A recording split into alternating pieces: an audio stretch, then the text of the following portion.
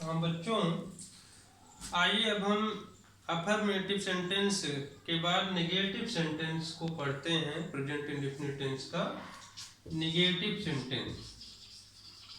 Negative sentence negative sentence में बच्चों वाक्य के बीच में नहीं शब्द आता है या कभी नहीं आता है, तो इस तरह से जब लगे रहते हैं तो उन्हें नेगेटिव सेंटेंस कहा जाता है। तो इसमें भी मैं बता दूं कि सबसे पहले आपको सब्जेक्ट लिखना है, फिर इसके बाद डू अथवा डज के साथ नॉट लगाना, ठीक है। और फिर इसके बाद वर्ब की फर्स्ट फॉर्म केवल लगाना है। इसमें हम वर्ब में एस या एस नहीं बढ़ाएंगे। फिर इसके बाद हम ऑब्जेक्ट लिखेंगे, फिर अदर्स, बाकी सारे चीज़ों को लिख देंगे। तो बच्चों यहाँ ध्यान देना है कि किसके साथ हम डू लगाएंगे, किसके साथ हम डज लगाएंगे, केवल यही ध्यान देना है। तो ही, सी, इट, जैसा कि मैंने बताया था एक वचन होते हैं, और जो सिंगुलर सब्जेक्ट के साथ डज, क्या लगाएंगे, डज। और आई, वी, यू, दे तथा प्लूरल के साथ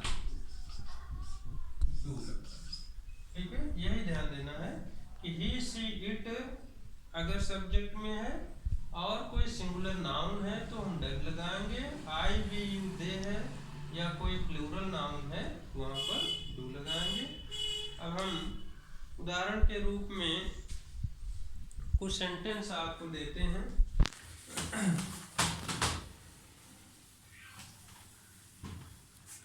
जैसे उदाहरण के लिए तुम उसे नहीं पढ़ाते हो।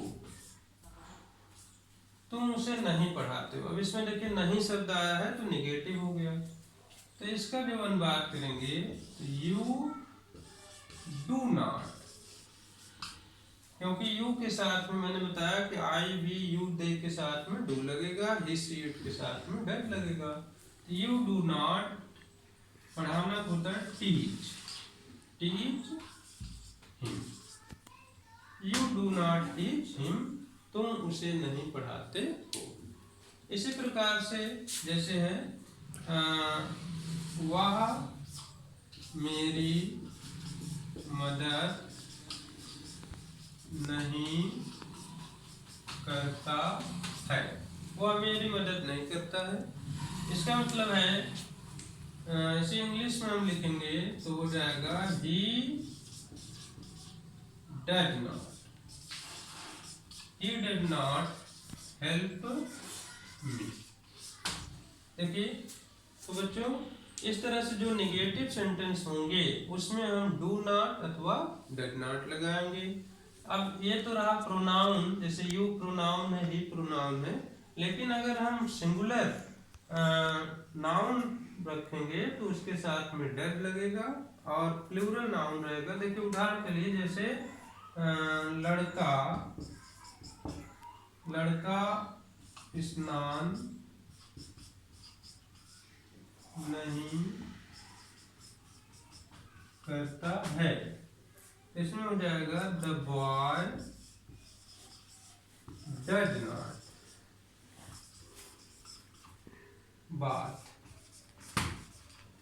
बाथ मीन्स स्नान करना, ठीक है। तो या टेक बात कर सकते हैं इसमें, take bath. The boy does not take bath. इसी तरह से अगर मान लीजिए बहुत से हैं इधर, जैसे लड़कियां नहीं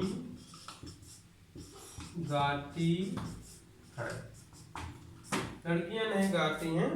अब इससे क्या होगा, द गर्ल्स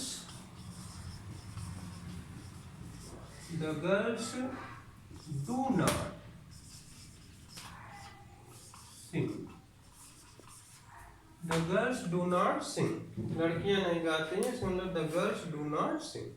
तो बच्चों इस तरह से ये निगेटिव सेंटेंस होते हैं। अब हम थोड़ा सा देख लेते हैं इंट्रोगेटिव सेंटेंस को भी। अच्छा, निगेटिव सेंटेंस में जो एक मुख्य बात है हम उसे बताना चाहेंगे।